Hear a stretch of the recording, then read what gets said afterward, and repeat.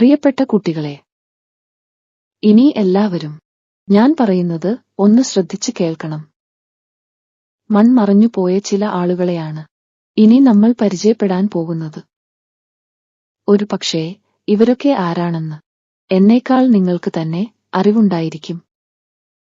എന്നിരുന്നാലും നമുക്കൊന്ന് കണ്ടു നോക്കാം. ഹായ് കുട്ടികളെ, നിങ്ങൾ എന്നെ അറിയുമോ? ഇബ്രാഹിം ലോദിയെ യുദ്ധത്തിൽ പരാജയപ്പെടുത്തിയത് ഞാൻ ആണ്. ഇപ്പോൾ മനസ്സിലായോ എന്നെ? എന്റെ വംശത്തിലെ മറ്റുള്ളവരെ കൂടി നമുക്ക് ഒന്ന് കണ്ടു നോക്കാം.